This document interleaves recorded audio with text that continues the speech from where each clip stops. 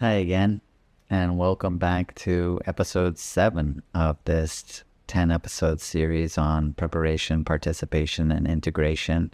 I hope that you watched and enjoyed the first 6 episodes where we got through my thoughts on preparation, my emphasis on the mindset, the attitude, as well as the physical changes that can enhance our healing opportunities, and then into the participation part where I tried to provide further elaboration on those mindset elements, but also some practical exercises, some practices that could continue to benefit the experience to provide a deeper healing.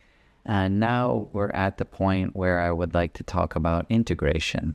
Many people talk about how integration is the most important part, and that makes a lot of sense because obviously you can make some profound changes in your life, but if you go back to the way that you were living before, then the changes didn't last and didn't have the impact that you were hoping for. So the integration process is really, how do I take the insights, the experiences, and most importantly, the actual changes and make them a part of my life such that they provide that lasting, transformative power of healing in my life continuing forward.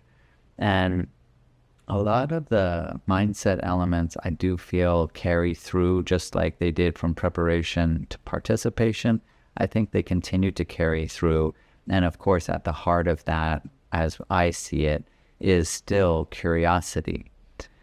So let's just imagine that we have taken, or maybe this isn't something you need to imagine because you're here watching, having completed or finished some type of psychedelic assisted therapy, or perhaps an ayahuasca retreat, or perhaps one of our retreats at the Ayahuasca Foundation. But even if you haven't, we'll just imagine that has taken place, or that we have experienced some form of transformation that had powerful insights in us that we do feel had an impact in changing the way that we view ourselves, or the way that we're feeling, or the way that we're living our lives. That curiosity will now allow us to inspect and assess all the different stages and our responses especially, and our references, and just how do I feel? So on that set that we described in sensations, emotions, and thoughts, with curiosity we say, well, what are the sensations now? Do I feel a change in the sensations? Do I feel less anxious? Do I feel less pain? Do I feel more sensitivity? Do I feel, different sensations? And maybe you don't, but I would recommend that you try to assess them as accurately as possible, and perhaps using that scale that I presented or offered in a previous episode from -100 to +100. Again, you might not have achieved the full spectrum of transformation, but what you're really looking for is, was there any improvement? Was there any movement from, in general, the negative to the positive?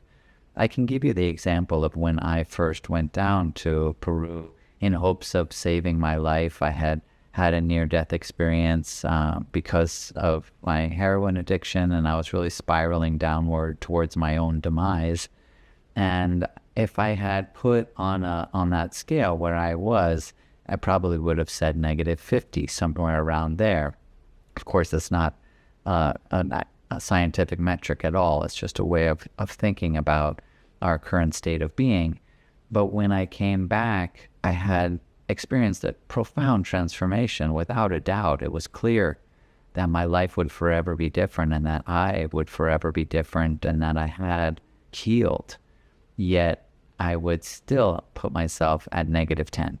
I don't even think I was healthy yet, but yet I didn't think that I should just discount the progress. Of course, that wouldn't be accurate, and it certainly wouldn't be helpful. So I guess you want to be as honest as possible in terms of those assessments, And you could look at that on a physical level first. How did I show up before I started the preparation and the participation in this endeavor to heal? And then how do I feel afterward? Where would I put that on that spectral scale? And if it's better, then awesome and worthy of congratulation and patting yourself on the back and hugging yourself in an act of self-love for the achievement. At the same time, it's also worthy of recognizing that there's still more work to be done. And then to do that on an emotional level as well. Like, how do I feel in my emotional body? And then how do I feel in my mental body?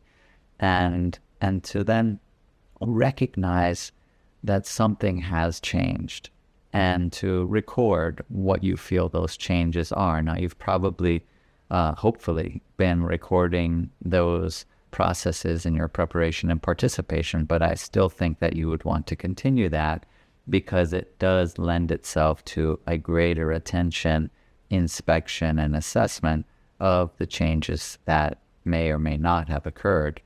Really, there's a great metaphor, or really just a fact, which is that if you are traveling on a certain trajectory and you change the trajectory by even just the smallest degree, 1 degree, that obviously you will end up in a different destination.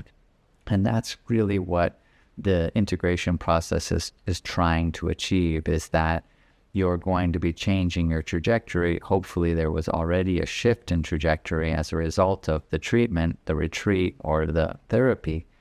And now you want to maintain that trajectory or even continue to expand it such that you head further and further towards a more optimal destination. Now, of course, it's not about reaching the destination. It's just about the benefits of the journey that is our life. But I think it's a great recognition that even a small change can create an incredible transformation, provided that that trajectory continues. And so in the beginning stages of the integration, you really just want to be approaching your life with that same curiosity. But you also want to, I think, look at the healing process in a similar way that we might look at a surgical procedure, which I think there's a lot of similar parallels, like that we are kind of opening ourselves up and making some changes, maybe removing things that shouldn't be there or correcting things that might still need to be there, and then closing that back up. In the ayahuasca tradition, oftentimes that closing is referred to as an arcana that's done in the last ceremony. It's like a sealing up, as they would call, of the healing that's taken place to keep those positive energies inside. But it's kind of similar to like sewing up, quite literally, in a physical surgical procedure like we have in the modern medical industry. And we know, if you've ever had a surgical procedure, that you don't just like finish the surgery and then you're like, okay, great, I'm going to go climb that mountain or, go back to work immediately. Usually there is a recovery period. So I do feel like on the baseline, on that physical level, you want to be able to look at this as a recovery period. And during that recovery period, you want to just be addressing those pillars of health. Obviously, if there was some type of injury, then you're going to want to give yourself that time to rest, to recover from that. And that can also, and does also refer to those types of injuries that you may be recovering from on an emotional level or a mental level. Certainly on a physical level, you would want to have physical rest for that. And then the second component, though, of those pillars of health that I described earlier, which is sustenance or nourishment, that's really where you want to be sure that you're giving attention to that. You want to be nourishing your physical body, nourishing your emotional body, and nourishing your mental body. And that can express itself in a lot of different ways. I do think that in order to nourish our physical body, we want to make sure that we're having enough minerals and vitamins and proteins and carbohydrates and, the building blocks of our physical nourishment. So you want to be like giving your attention to that, making sure that you're mindful of that. And some of that could be a little bit of splurging, but really you want to be like doing your best to stay healthy in your decisions of what you're going to be ingesting, just like you did when you were in your preparation phase. And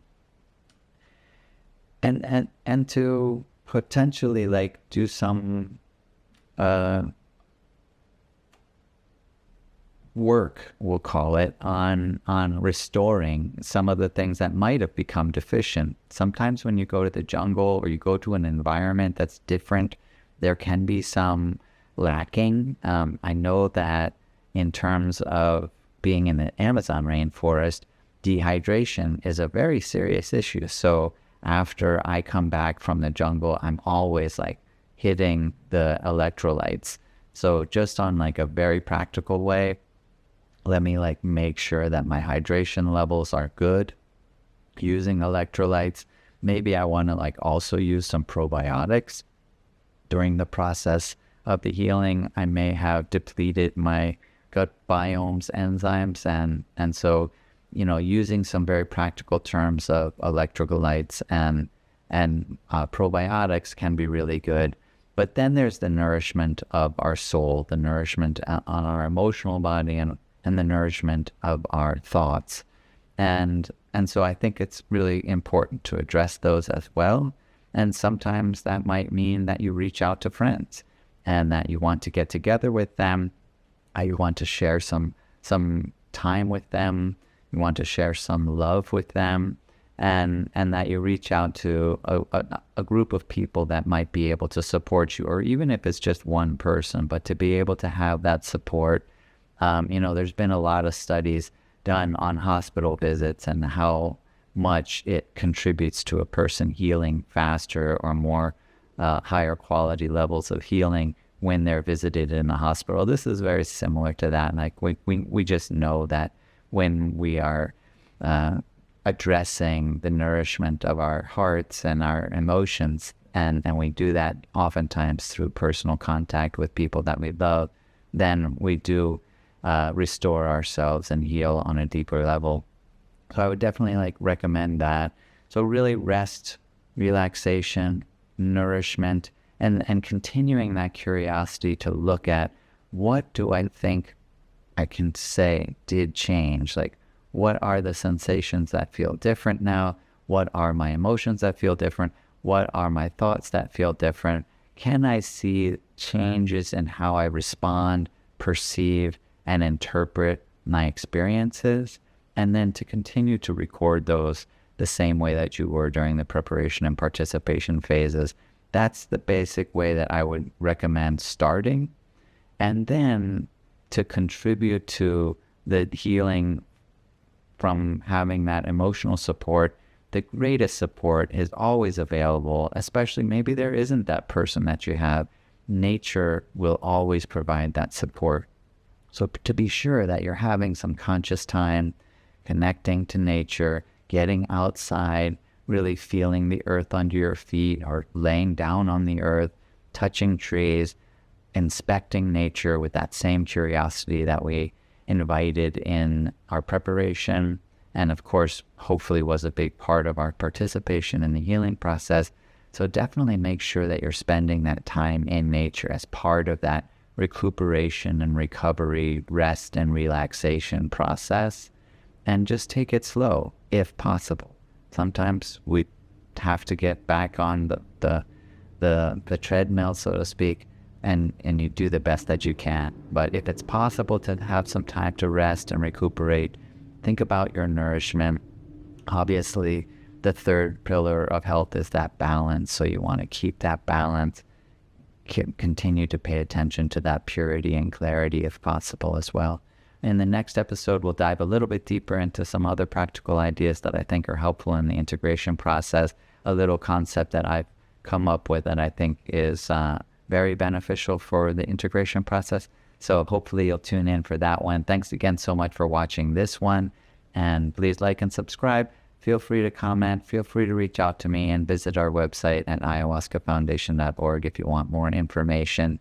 Our new programs will include a preparation online course and an integration online course before and after the actual program that takes place in the Amazon rainforest. So these videos are part of those courses as well, but I hope that they provided some benefit for you today, and I hope that you'll continue to watch them until the end. All right, thanks so much. Enjoy the rest of your day, and I'll see you soon.